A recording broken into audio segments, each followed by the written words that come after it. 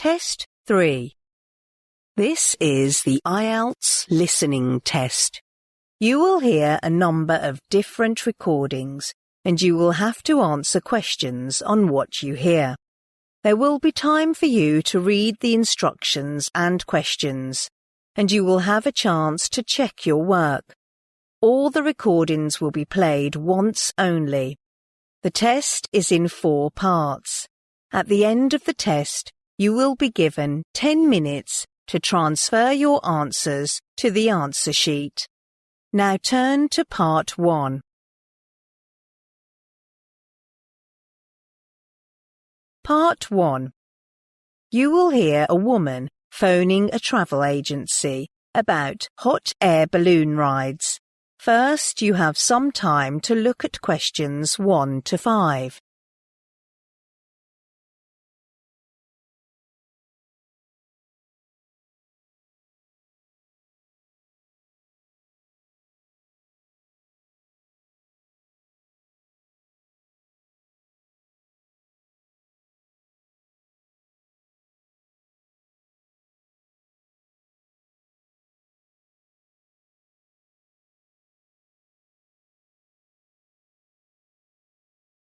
Now listen carefully and answer questions 1 to 5. Good morning. Smart Travel. Jason speaking. Hi, good morning. I saw your advert in today's paper about hot air balloon trips. It sounds pretty exciting, and I wonder how much it costs. Well, the price may vary depending on the location, number of participants, and add-ons. A single ride may cost you up to £280 per person, but if you choose group booking, there is a discount, and the cheapest flight is £125 each for a group booking of at least 10 people. Oh, that's not too bad. What do you mean by add-ons? They are optional items, like taking photos for you during the ride, champagne, and sit-down breakfast after the flight. Upon completing the trip, we will provide each participant with a certificate, and that is entirely free of charge. Can I book a ride over the phone? Yes, that's an option. Reservations can be made 1 year ahead of your trip by telephone, but to pick a specific date, you must book online. A confirmation email will be sent to you right afterwards. How high can the balloons go? A hot air balloon's height is limited by the temperature of the air and how much fuel it can carry, and the highest altitude ever recorded for a ride is 1,800 meters, but most rides stay below 300 meters. Oh boy, that's impressive. How long is a single ride? The average hot air balloon ride lasts about an hour. The entire ballooning experience, which includes ground preparation, flight and post-flight packing up and celebration, may take 2 to 3 hours. And what time are the flights? Our flights generally meet about an hour before sunrise on the day. You will be notified of the exact meeting time the evening before your flight. Night flights are avoided due to weather conditions. Fair enough. Before you hear the rest of the conversation, you have some time to look at questions 6 to 10.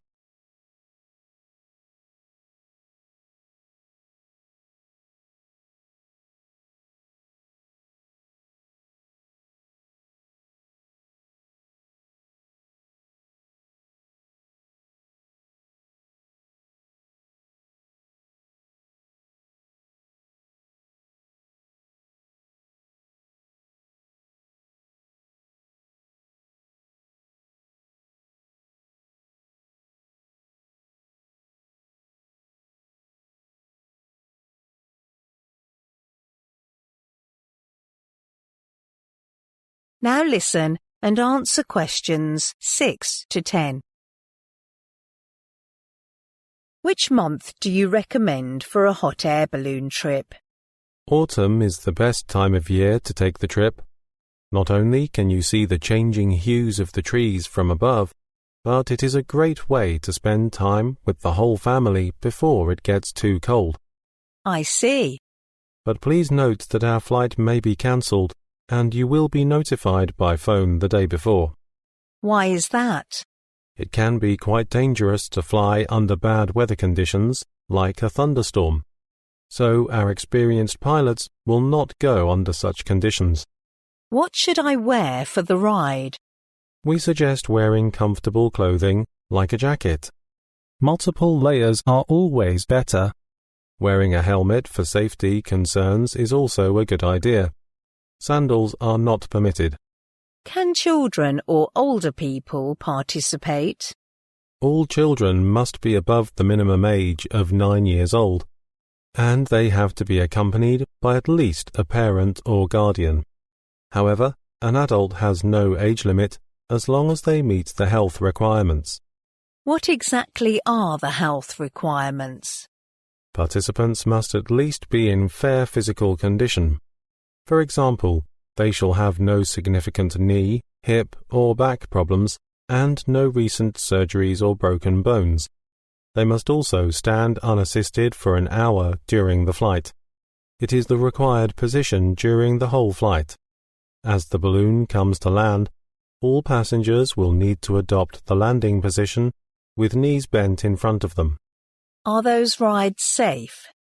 Hot air balloon companies are required to have a commercial balloon pilot license, and all our pilots go through rigorous training before they are allowed to fly. It is a relatively gentle activity. However, the impact of a balloon landing can vary drastically depending on factors like wind speed. Sometimes it is similar to the momentum of jumping off a small chair. If you cannot jump off a small chair, speaking to your doctor before booking a balloon flight is best. Thank you very much. I think that's all I need to know. Thanks for calling. Goodbye. That is the end of part 1. You now have half a minute to check your answers to part 1.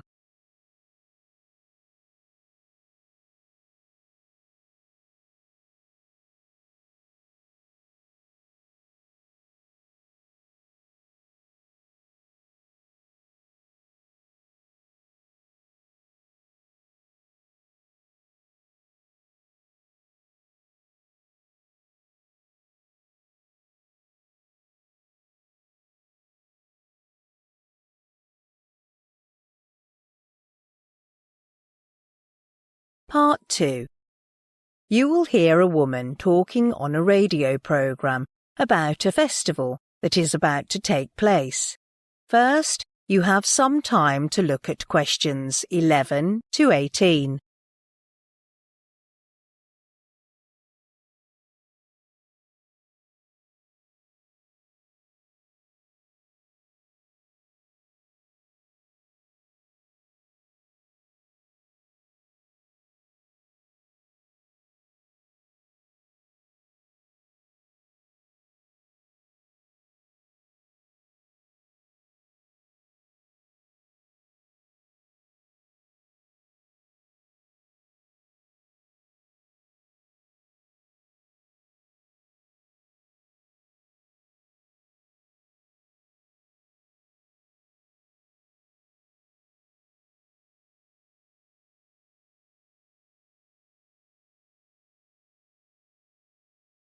Now listen carefully and answer questions 11 to 18.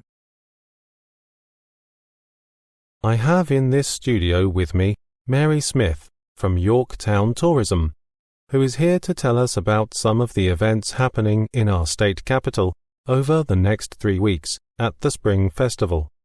So, Mary, what can we expect to see? Well, being in Yorktown is such an exciting time. To kick off the Spring Festival, a vast firework will be displayed down by the lake, starting at 9 p.m. this Saturday, the 4th of September.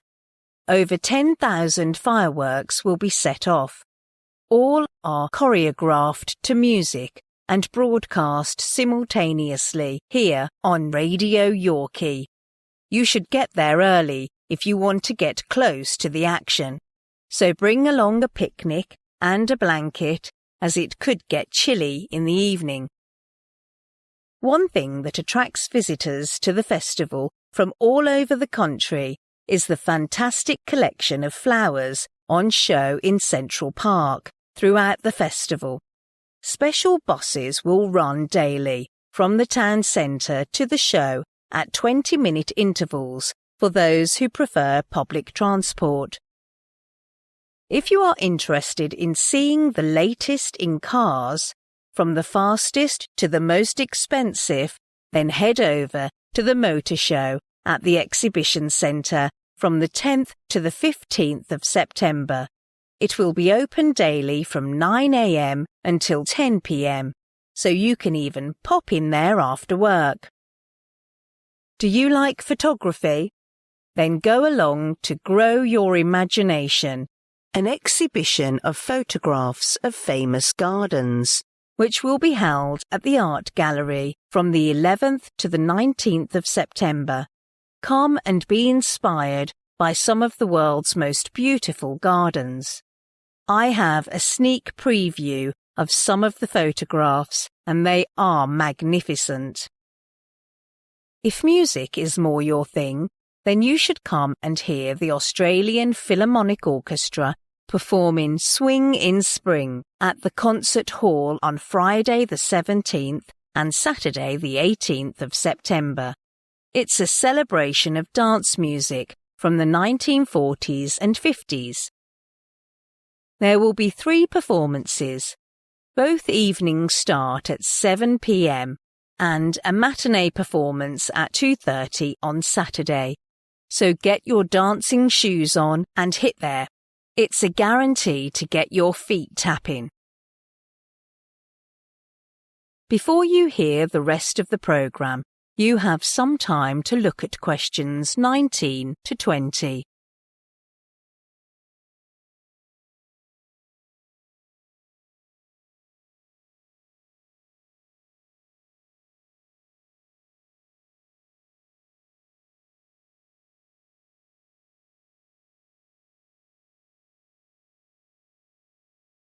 Now listen and answer questions 19 to 20.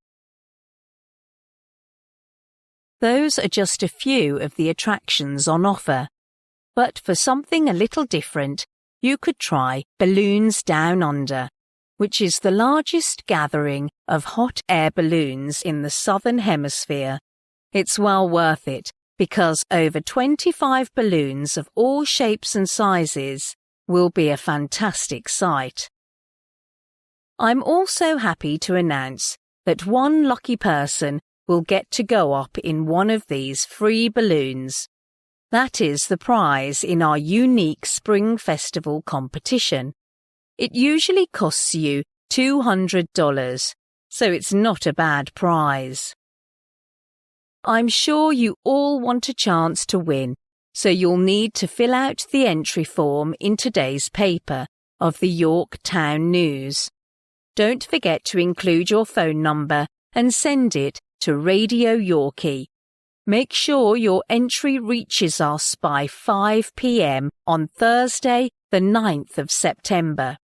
Then, to see if you've won, check out the festival's website on Saturday, the 11th of September, where we will publish the name of the lucky winner.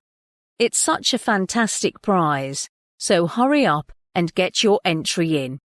So there you have it, just a few special events happening here in York Town over the Spring Festival.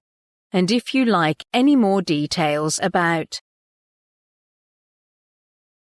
That is the end of part 2. You now have half a minute to check your answers to part 2.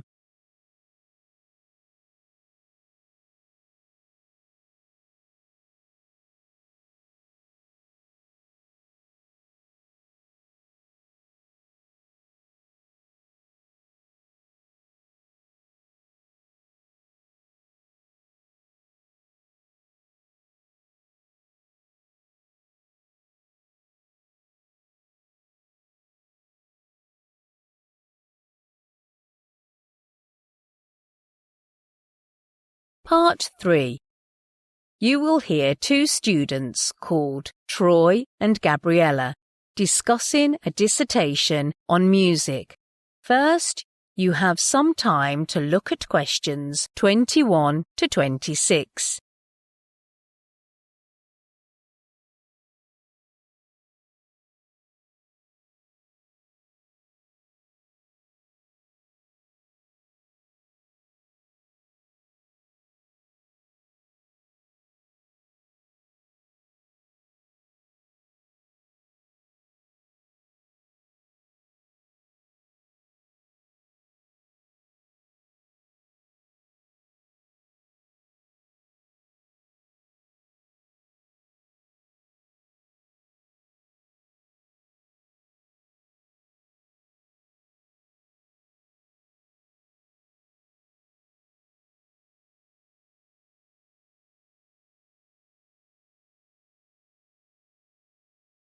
Now listen carefully and answer questions 21 to 26.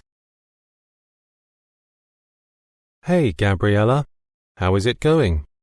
I've been pretty busy lately. Oh, what are you up to? I've been working on a dissertation on music education, specializing in music performance. Sounds intriguing. What have you found? Well, I interviewed 18 freshmen majoring in music performance as my sample population. I first asked about their music background before being accepted to music schools. Let me guess. Have they all got relevant qualifications in music? Well, even though there is a wealth of music qualifications available, most of the students didn't receive any until they entered music schools.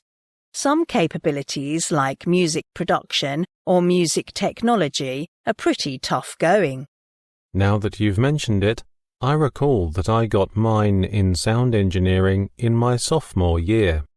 Right, but the majority of these students admitted that they had performed in front of a large crowd. Around 80% of them had performed on stage as band members in secondary schools. A few of them played piano or guitar at the time, and it also surprised me that they were generally able to play multiple instruments with proficiency. Have they tried to compose a piece of music before? Only in rare cases did they have prior experience in composition. They would have to do it sooner or later. There is a whole module for it. What did they say about practicing? All subjects mentioned that they feared being marked too low and tried their best. So, they were like practicing every single day?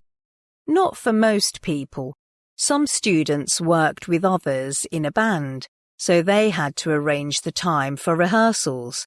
But all 18 students had sufficient amount of practice, and they frequently mentioned that playing technical pieces was exhilarating.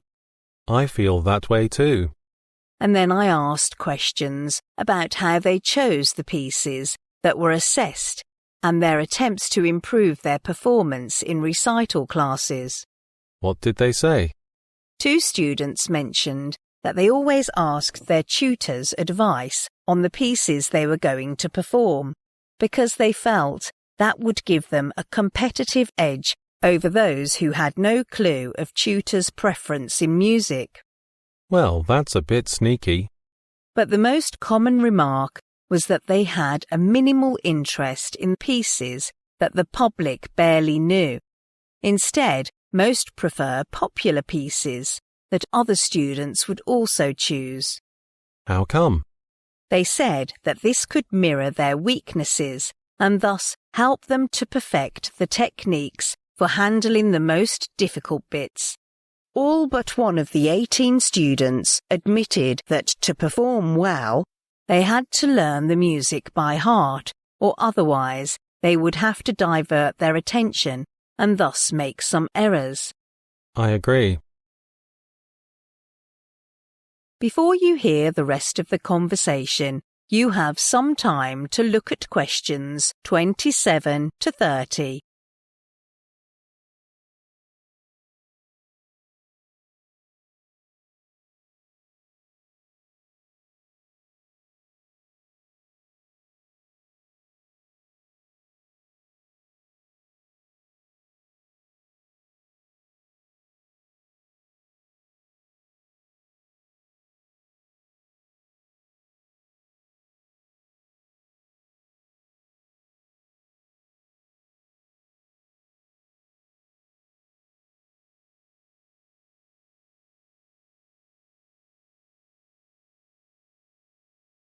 Now listen and answer questions 27 to 30. Then I asked them about their thoughts on practicing in different aspects, and some of their answers were entirely unexpected. Oh, what aspects did you look into? I first asked how they feel about playing solo. What did they say? They said being a solo performer takes desire, focus and hard work, and the performance would not pull off if one took the stage without confidence. But they all took great pleasure in it. Yeah, that's quite different from playing in an orchestra, where musicians have to work with other members to produce a harmonious sound that is pleasing to the ear. Right, and I also asked whether the choice of the piece to play would affect their performance. Well, that's a big yes for me. When I play a song I don't like, I won't devote myself to it. That's widely accepted. The audience can tell when performers are being authentic and inspired by the music they are performing. Many would spend hours or even days choosing the right piece. You have to put a lot of thought into it before it's too late. So what kind of musical genre do they prefer? The answers vary vastly, but one thing in common is that they rarely switch from one style to another. Of course, it is tough to make such a transition. Most instrumentalists initially start with some classical-based training, but they don't know how to take their already existing knowledge and apply it to a new style of music. What about their feedback on playing duets? Yes, that's the last question on my list. I asked their take on playing a duet with someone with the same musical instrument, like a violin duet.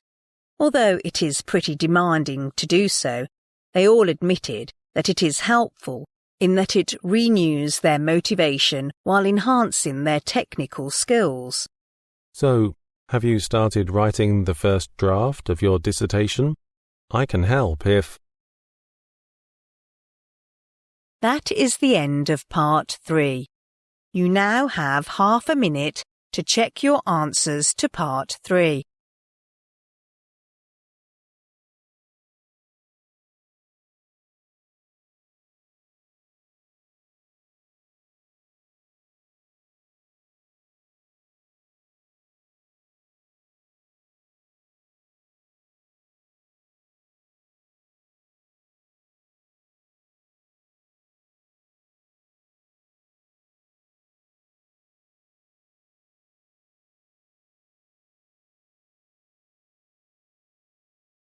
Part 4.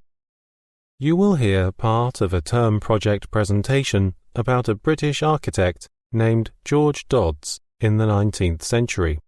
First, you have some time to look at questions 31 to 40.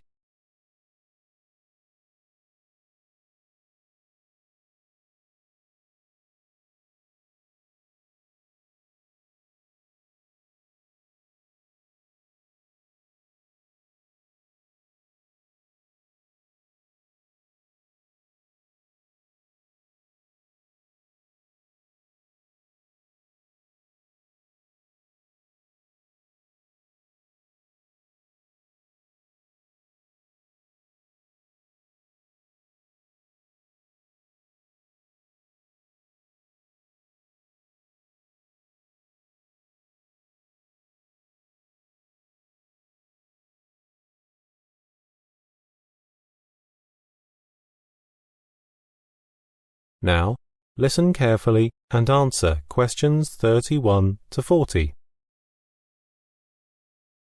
My project is on the 19th century British architect George Dodds, who used to be famous not just in the northeast of the UK, but throughout the country. At first, I chose him for my term project because in my early teens, I had always admired Mytton Hall, a mansion he built near my home. Later, I wanted to learn more about the man responsible for it. I thought I'd use the project as an excuse and managed to unearth a wealth of information about architecture and fascinating life.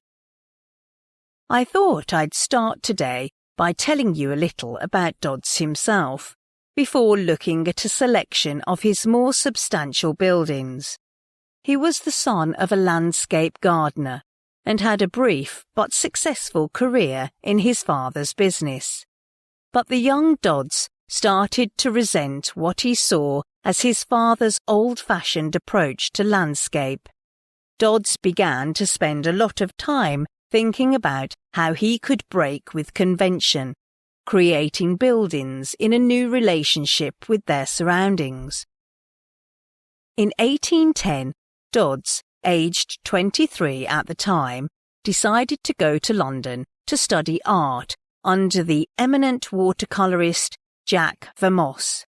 His friends strongly encouraged him to stay and work in London as architects were highly regarded there, but by 1811 he decided to move back to northeast England because he discovered that more clients would hire him for his fashionable ideas from London.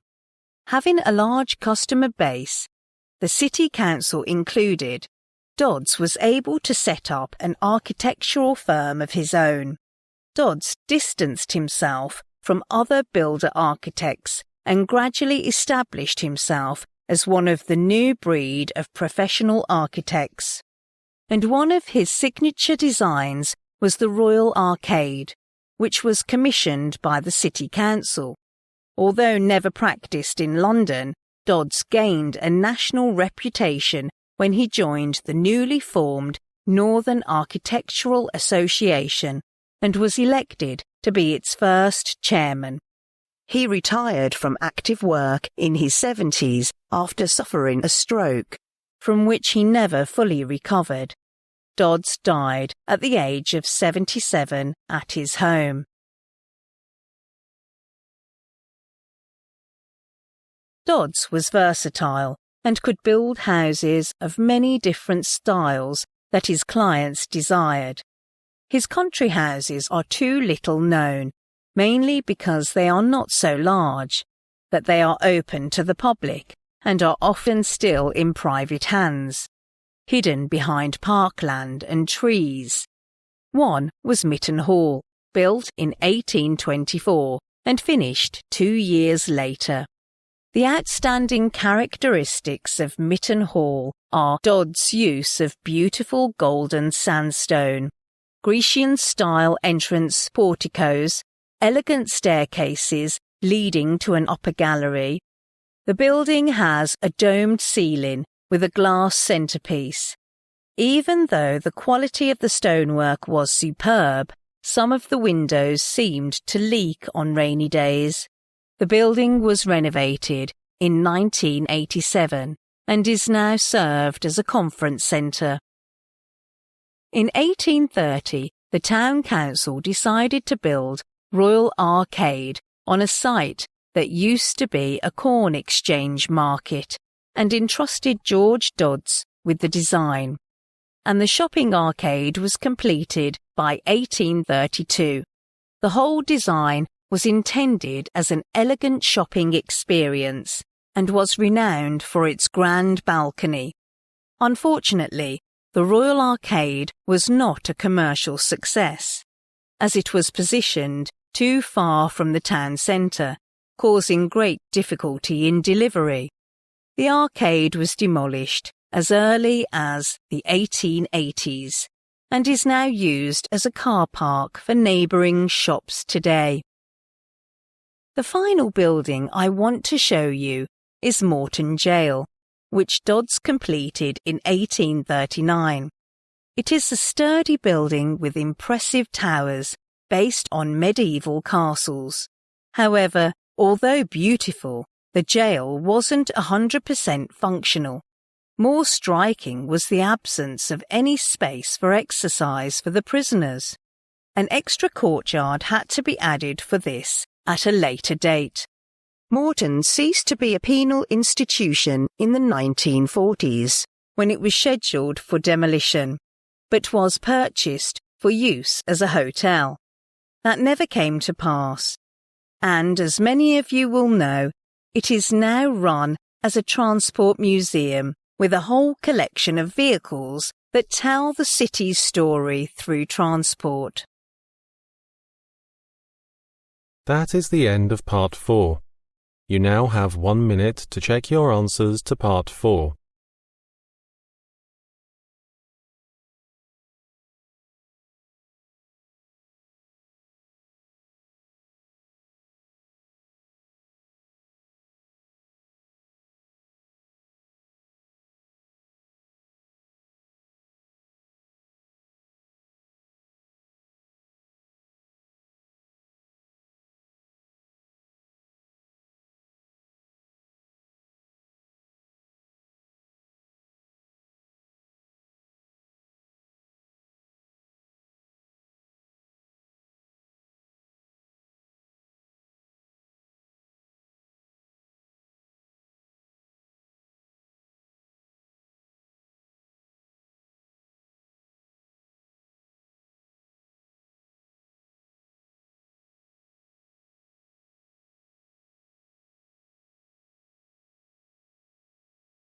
That is the end of the listening test. In the IELTS test, you will now have 10 minutes to transfer your answers to the answer sheet.